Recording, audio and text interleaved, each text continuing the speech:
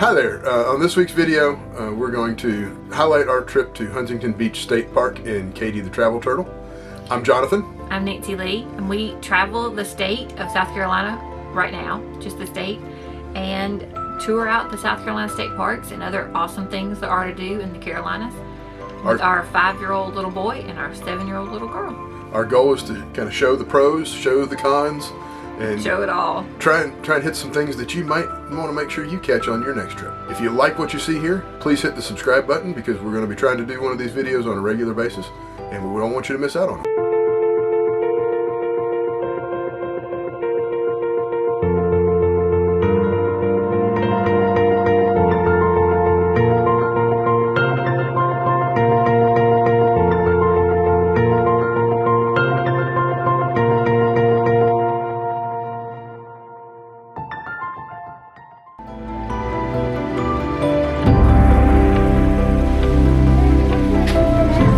We went to Huntington Beach State Park in January. And it was cold. It was windy. But you never know. It could have been 70 degrees. South Carolina is great like that. Yeah, it was, it actually rained on the way there. Pretty much rained while we were setting up. Because of the cold, we didn't spend very much time outside like we normally do. We still enjoyed the park. It was a really nice park. Probably our top 5. Oh yeah, even top 3 for me. I've already been kind of trying to figure out when this year we could make a revisit because it was so nice, and it was very central where our site was, to the gift shop and office, to the playground. My son is all about a playground, to the castle, to the beach, to the nature center even. I mean, we could walk, they could ride their bikes. It's paved. It was just a really nice campground. We had lots of space. We met some really nice people. Yeah, I would say it's heading up to my top of all the ones we've been. It's the first one I've been like, how soon can we come back here? Yeah. So normally one of the things it's most famous for is bird watching. They said that they have documented more types of birds, more species of birds at that state park than anywhere else in the state of South Carolina. I guess because it's got the marsh on the backside of the beach. And then there's the woodlands in between, some which is wet. So there were people walking around all over the place with these giant, huge cameras, these huge lenses. As big as my kids. It was like, that camera's as big as you. Yeah, the thing was huge. The other thing that it's most known for is Atalaya Castle. Atalaya Castle was built by Archer and Anna Huntington. It was their winter home and her southern studio. Archer was a railroad heir. He had studied Spanish. She is what you would know as a master sculptor. If you've been to or heard of Brook Green Gardens, which is actually across the street from Huntington Beach State Park, that was her garden, and that was built for her to showcase her works. But her works are internationally known. Some are in the Smithsonian, some are in the Metropolitan Museum of Art. There's a booklet in there that showed where they kind of are right now, and it just blew my mind. That it was amazing. So Anna had suffered from tuberculosis, so they were looking for somewhere to spend the winter that was a little bit warmer climate. So they came down and found this property. It had originally been 4 separate plantations, but when slavery and plantations ended, it became hunting property, and they bought it from those folks and turned it into what is now big property. What is now Huntington Beach State Park and Brook Green Gardens, and they built Atalaya Castle. It took them 2 years from 1933 to 1935 to build it. It is Atalaya. Atalaya is Spanish for watchtower, and the main architectural feature of the castle is the center tower that actually held a water tank, so it was functional as well as architecturally significant. The castle is actually built in a square. It's with open courtyards. Big open in the middle. With big open courtyards. They believed in lots of open space. So ventilation as well. That's true. It's listed as a National Register of Historic Places. That happened in 1984. One thing of note, last year did not happen because of COVID, but it is coming back, they say, this year. They have the annual Atalaya Arts and Crafts Festival every year at the end of September. I think it's like the 3rd or 4th week in September. So we decided we'd go check out one of the local seafood restaurants at Myrtle's Inlet. Nancy Lee got adept at trying to find us a really unique place. And happened upon Inlet Provisions. It was fabulous. I think it's a fairly new restaurant. It looks like it's a sister restaurant to the Hot Fish Club next door. But it's super cute on the inside. You can tell that in the summertime, hopefully it would be popping. But the people were super great. Neat decor, kind of old antique decor as you came in.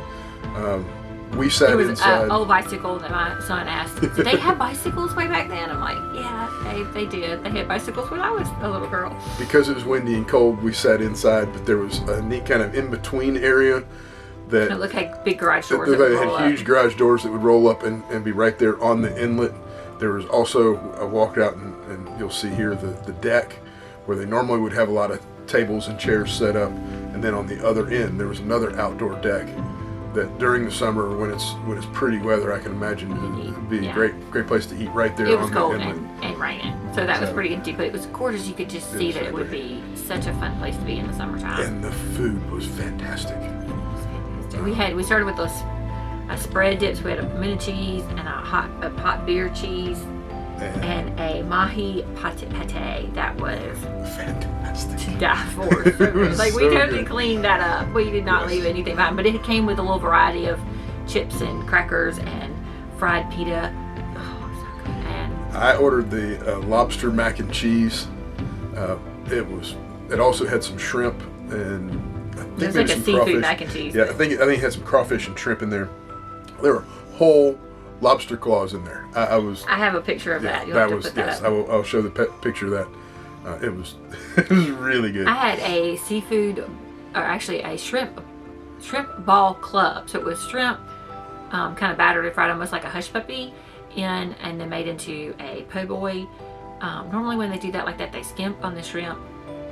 There was no skimping anywhere. There was huge chunks and huge shrimp in there. It was just mixed with this beautiful breading that was seasoned really well, and it was really, really good. It had a jalapeno aioli on it. There was nothing wrong with our meal. The kids had they had mini corn dogs, which they actually ate this time, which, so obviously they were better than normal. But the staff was great. When we were leaving, we noticed the bar area has kind of a drop down ceiling, and it's all painted like an under the sea kind of atmosphere, like you're actually in the water, like when you're sitting under it, like you're under the water. And my daughter was talking to, I don't know if it was the manager or one of the owners, that said, you need a mermaid. And he said, you're right. And he got a piece of paper out and made himself a note that when the guy's got to come back and paint this or that, and we're going to get him to paint a mermaid. And so we promised her we'd take her back sometime this summer and see if they painted her mermaid on there. Highly recommend if you're looking for a place to go grab a bite to eat, Myrtle's Inlet or outside of Huntington Beach State Park, to go check out Inlet Provision. Also, on our way back from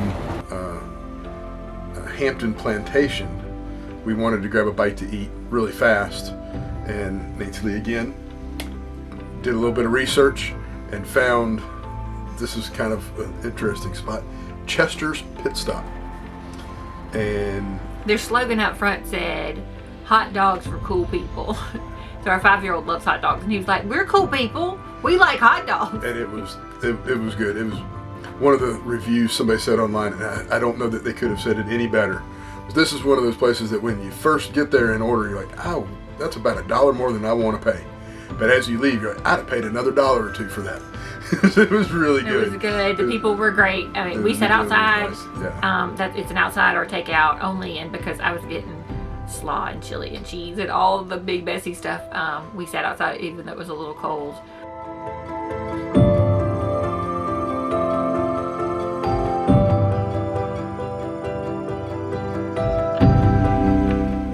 Now, for the campgrounds, at Huntington Beach is almost like 3 separate campgrounds. There are 2 distinctive campgrounds. We stayed in the northern campground, which I believe would be considered kind of the older campground. It's segmented off into loops. I think there's like 4 loops. Inside of the loops was tons of open space. I'm going to take a pause here. We'll do a little quick walk around and show you our site. We were at Site 6. So this is a walk around of our site number 6 on the north side here at Huntington Beach State Park. We chose this site because it's right across the street from the beach access, and I realize that it's January, it's windy, it's cold, but it's nice being close to the beach. Look at this space. There's so much room here. This is a great spot. And the trees, in the summertime, I bet this is awesome to be able to sit up underneath the shade of the trees. The site is pretty level. I think I'm up maybe an inch on the Anderson levelers. I'm pretty impressed with that. You can look over here, you see how close or not close our neighbors are. They have even more shade. They're actually down here for a month from Michigan, taking advantage of the snowbird special. Bathhouse over there, and you can come back around to all the utility hookups. Now, we do not have a full hookup site, hence the tank. We only have 30 amp, not 50 amp, but it works great for us. This right here is what this site's all about, this big open space. Lots of room for the kids to run. Matter of fact, last night while I was cooking dinner, there were some children from across the way over there that were playing football here. My kids were able to join in and run around with them. This is the other neighbor. Now, they do have full hookups, if you notice. Some of these sites do. Ours just does not. There's plenty of space in between. And again, we have a tree on this side. Lots of space. Now, we don't have a lot of our stuff set up. The awnings are retracted because it's been windy. But lots of space. This is a really nice site. We've really enjoyed it.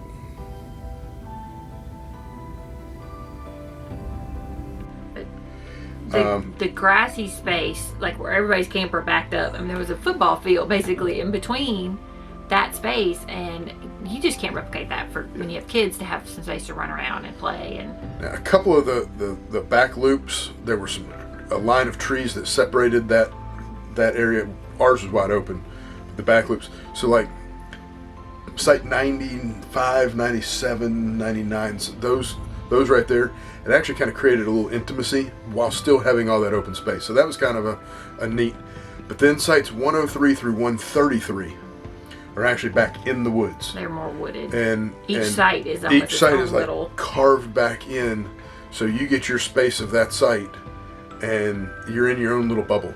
So that was really unique and different than the other. And then the southern campground, which is on the southern side of Atalaya Castle, much more modern. That is the newer campground. All of the sites are completely concrete paved. The drawback to that is you're right on top of each other. All those sites are really, really close. There was one where there's two large campers side by side.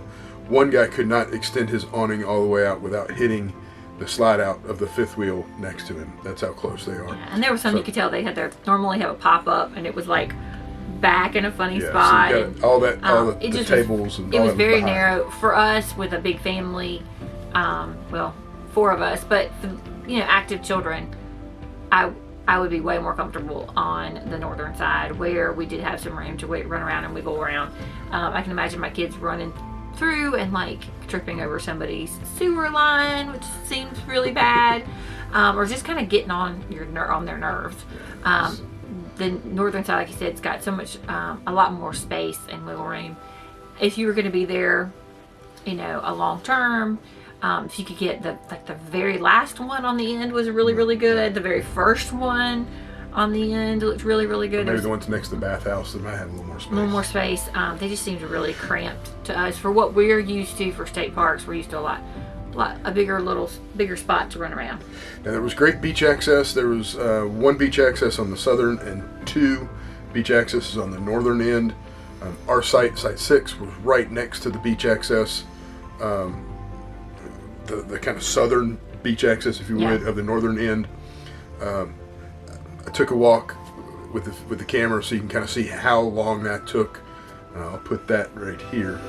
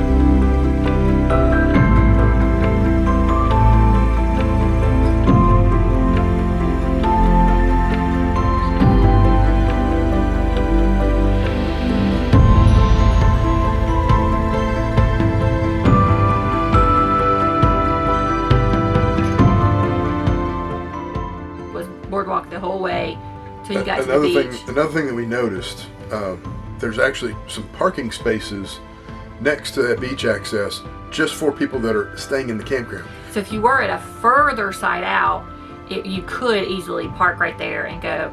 Now, we were there in the wintertime, so those spaces were completely empty. We don't know if people are taking advantage of them in the summertime or how that works, but there was, 5 or 6 spaces there, generally from most of the places you could walk to those accesses. But if you, felt like you had a bunch of people or a bunch of stuff, you could drive. Probably the nicest bathhouses that I've seen in South Carolina. Now, they're just obviously recently renovated because they were still renovating the one in the furthest back between that 130 and 103. Even the day use, if you're watching this and you happen to be a day use person, there's a huge parking lot for day use for both the castle and beach access, and there was a huge bathroom with changing rooms and showers and obviously toilets and sinks and all the things. Up there, it was ramp access. It was up high. Beautiful views from there as well. It was right by the playground, very large playground, lots of benches and picnic tables, lots and lots of picnic tables and things there. So if you were going for a day, that would be a great access. We loved Huntington just because the access to everything. I mean, the kids rode their bikes to the playground, and we to the gift shop office.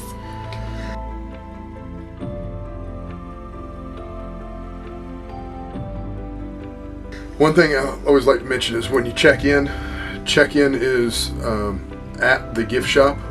They actually have, I think there were 6 or 7 spaces for campers to park there and go in. It's an elevated gift shop because a lot of things along the beach need to be elevated for hurricane super nice office staff. The gift shop was really nice. Great gift shop. Really cool, fun stuff. Upon leaving, there was actually 3 clean-out stations, so it made it really efficient to try and get out and not have to stand in a long line waiting on dumping tanks and getting everything cleaned out. So one of our other favorite things about the Huntington Beach trip was the Nature Center. Yes. It had recently been rebuilt. I think it burned down in 2016, so it just opened back last fall. Unfortunately, it was July of 2016. It got struck by lightning in a freak storm in the middle of the night and caught fire. It's taken them over 4 years to rebuild, but they built it back. According to the ranger we talked to, Ranger Mike Walker, he said that, and he was the ranger that was there when it burned down, and he's been through this whole process of rebuilding. They tried to build it back almost just like it was, except new. Yeah. So it was really nice. But it has a hands-on experience. They're also underneath, and looks like maybe in the summertime or when some of the programming starts to kind of come back, hopefully after the summer with some of the COVID start to dissipate. But there was some classroom space and lots of hand washing sinks and things underneath. So I hope maybe there's some programming or events that they do under there, maybe in conjunction with Brook Green Gardens, because I know they have some that they bring to different places. But upstairs you go in when you can wash your hands in the restroom, and they have live tanks with stingrays, horseshoe crabs, sea urchins, starfish, and the snails, sea snails, and hermit crabs. And most of the things some of the things they would pick up and let the kids pet and hold and touch. They also fed the starfish while we were there, so that was a unique experience. The starfish, actually, their stomach comes out to eat, and then it been reabsorbed, so they're like all fat and interesting up against the glass. The current stingray that is in there is very people shy, and so he would kind of tease you and come up to the water. You could only pet him if you could just put your hand very lightly in the water, and he would just barely come out of reach. But he was very playful. The horseshoe crabs were really very interesting. According to the ranger that we talked to there, they are closely related not to crabs but to spiders. And once you have one flipped over, it very much looks like a spider on the underneath. And they also eat kind of in their middle. So the kids are able to learn a lot. There's also the South Carolina Junior Ranger program for kids. I think it's under like 12. And we'll link the special website for that as well under here. It is finally back. It had been shut down for most of 2020 because of COVID. But this was our first chance to get the kids into the Junior Ranger program. So they did the first level Junior Ranger, with Ranger Mike that day. We asked about it. He said they had, because they announced that they had brought it back while we were traveling, so we didn't have a way to print it. Or kind of put it off till we got back. Asked him about it, and he said, "Oh, I have some of those printed." And he printed, brought us 1 and 2, or brought us 1, and then later brought us level 2. And one of the things about level 1, most of the things they could answer, they had to identify some plants and learn about fire safety, but then they had to do an interview with the ranger. And Ranger Mike was awesome. He did a great job of talking with the kids, understanding that they're 5 and 7, so they can't write real fast. So he took his time with them, explained things in an easy to so they able to do their ranger interview, and then he went and printed them certificates. So they have formal certificates with their, and we've got a picture we'll put up of them with Ranger Mike in front of the crab horseshoe tank. But they had the best time, and they're really proud. They got badges. It's a simple little program. It's free, and the website kind of walks you through what they need to do. But the kids loved it, and let me tell you, mine felt like they had been deputized. They did. Like there was a log on the trail after we went to Central. We went on a nice little walk. There was like a log, and they took it upon themselves to clear the trail. They perused an area for trash and lost and found items. Like they felt like they were now a part of the state park. Claire wore her badge, and no matter what outfit she had, we had to change her badge. If she put on her coat, she wanted to put it on over her coat. She had to have that so badge on. Definitely felt that they had been deputized to be in charge of the parks, and so it really just brings that younger generation into taking care of the great resources that we have here. So outside of the nature center, there's a boardwalk that goes out into the marsh. It's a pretty good long boardwalk. Really neat to watch. Again, a great place to watch birds. We also saw a lot of kayakers there as well. We saw some kayakers that were kayaking through the inlet. So neat chance to explore Mother Nature. Then we went up to the farther northern end. There's another beach access for day use is what it's predominantly for folks in the summer. And you can actually, from there, walk up to the jetty along the beach. That is a bird preserve. They don't allow dogs. So yes, no right other when you come animals. off that boardwalk, there's a dog's okay that way, dog's not okay that way. No, not that way. And it's about a 2-mile walk up to the jetty. And they said that there's also, during the summertime when you get in the water, you can see some kind of unique animals in the water along that jetty. We learned that in the Nature Center. There also is an observation tower right there off that boardwalk, or off that that parking lot. There's like an inlet. There's a pond inside of there. Salt marsh pond. Salt marsh pond, which again, more opportunities for more birds. So they built this observation deck so you can get up and kind of see up and over into the pond and see some different kind of fish in there. And then a hidden gem is we took the trail along that pond, kind of away from the beach, and there were several of They were live oak trees. They didn't have the major base. They just had the limbs kind of growing up out of the salt marsh, and it was like a kid playground. I mean, it was trees that you could just walk up, basically. The kids just had the best time. We found 2 different sections of those. The trail got very wet after that, so there may have been a ton more. Yeah. But really just less than a mile in, probably. It was a natural playground. It was really something else. So. And that was the warmest I was that whole trip, because you were in the woods and the wind wasn't blowing on us. The kids wanted to play. It was like, go ahead. This is way warmer than the actual playground area. All in all, as we said, Huntington Beach has got to be in our top 5, if not top 3 of our favorite state parks. We're looking forward to trying to get back during the summertime. We can actually take advantage of the beach, and it won't be quite so cold. For as big of a park as it is, as a footprint, it's a great family park, because, especially from those early numbered sites, we could easily walk to the nature center, to the gift shop, to the playground, to the beach. You didn't feel like you had to get in your car all the time and go. And you just kind of felt like you were out in the middle of nowhere, even though when you got right back on 17, you're in the middle of Myrtle Beach. There's a grocery store less than 3 miles away. You had all the amenities you wanted. All the just outside restaurants, the the shops, anything you wanted to do was right there. Yep. Definitely recommend Huntington Beach State Park.